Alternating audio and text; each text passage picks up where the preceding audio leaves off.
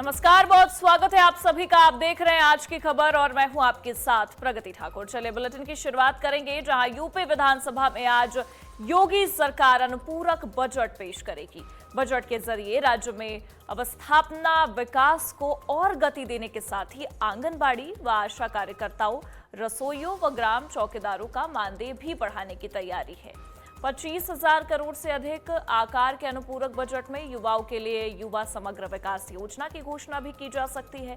Budget में मथुरा को महत्व देने के साथ ही वकीलों के कैशलेस इलाज के लिए भी धनावंटन किया जा सकता है।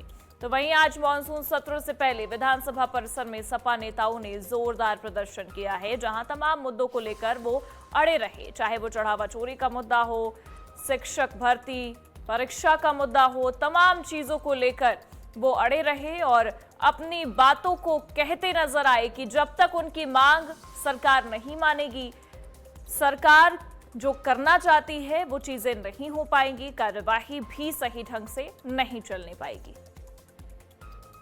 बताइए कि ये बयान कब उन्होंने दिया? और ये 5 दिन बाद ही दिया था। अयोध्या के पास गए थे कहीं पर, वहीं कहा था दूध का दूध पानी का पानी कर दूंगा, मुझ पर विश्वास रखिए। अब क्या गया, क्या हुआ उस वादे का, क्या हुआ उस बात का? क्या लगता है कि सबसे बड़ा मुद्दा कौन सा होने वाला? राम मंदिर चढ़ावा मुद्दा? आप बताइए, जिस नाव पर बैठकर ये सत्ता के शीर्ष तक पहुंचे, प्रदेश और देश में सरकारें बनाई, आज उस बात पर तो जवाब देना चाहिए ना।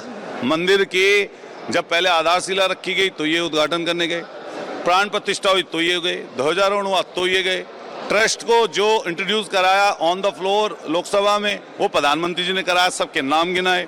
फिर जब अब चढ़ावा चोरी और चंदे चोरी की बात चली, प्रधानमंत्री जी क्यों नहीं जवाब देते?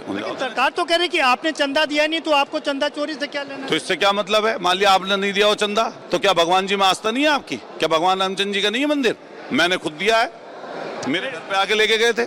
SIT बना दी गई है। SIT पहले वाली क्या हुआ? जो 3 सदस्यीय SIT थी उसकी रिपोर्ट कहाँ गई? उसकी रिपोर्ट को सार्वजनिक करें। तो ये है समाजवादी पार्टी के विधायक जो कह रहे हैं कि पिछली SIT का क्या हुआ, और स्वयं अब नृपेंद्र मिश्र जब कह रहे हैं कि चंदा चोरी नहीं एक डकैती हुई है, तो ये एक बड़ा मुद्दा होने वाला। क्योंकि देखिए ये महाराष्ट्र में भी एक बड़ा मुद्दा बना है। वहाँ पर राज ठाकरे कह रहे हैं कि 18 करोड़ की सालाना वहाँ पर चोरी हुई है सिद्ध विनायक मंदिर में, और यहाँ भी तो पूरे देश का एक ये बड़ा मुद्दा बनने जा रहा है। तो क्या विपक्ष ने ये सोच लिया है कि जिस तरीके से भारतीय जनता पार्टी 2 से लेकर के 303 तक पहुँची है, अब उसको वहीं से ऊपर नीचे गिराना है और इसी मुद्दे पर उसको घेरना है। लेकिन सवाल सबसे बड़ा ये है कि भारतीय जनता पार्टी धर्म के मामले को लेकर के चैंपियन कहलाती है, अब वो इसका कैसे जवाब देगी, ये देखना काफी दिलचस्प होगा। कैमरामैन राज के साथ प्रदीप विश्वकर्मा, आज की खबर, लखनऊ। जी, साइकिल से इसलिए आए, आने वाले दिनों में हर आदमी साइकिल से चलने के लिए मजबूर हो जाएगा, क्योंकि पेट्रोल में जो मिलावट आ रही है, आज सत्ता पर विपक्ष हर लोग साइकिल चलने के मजबूर हो जाएंगे। और हम लोग आज 3 दिन का सत्र है, हम मांग करते हैं अंदर बोलने का मौका नहीं मिलेगा। सरकार नहीं चाहती जनता मुद्दे को, जन समाज मुद्दों को विधानसभा में उठाए, इसलिए मात्र 3 दिन का सत्र रखा गया है। किसानों को खाद उपलब्ध कराइए, MSP की गारंटी दो, जंतर मंतर पे जो समझौता हुआ था उसको पालन किया जाए, छात्रों के दर्ज मुकदमे FIR वापस लिया जाए, बिजली की निजीकरण बंद करो, स्मार्ट मीटर वापस लो। बतौर के विकास के लिए जरूरी है जर्जर सड़क की हालत बनवाना जरूरी है। बतौर के पिछड़ापन का कौन जिम्मेदार होगी? आप ये बताइए, सरकार तो कह रही है कि हमने सारे काम पूरे कर दिए, विपक्ष के पास कोई मुद्दा ही नहीं बचा।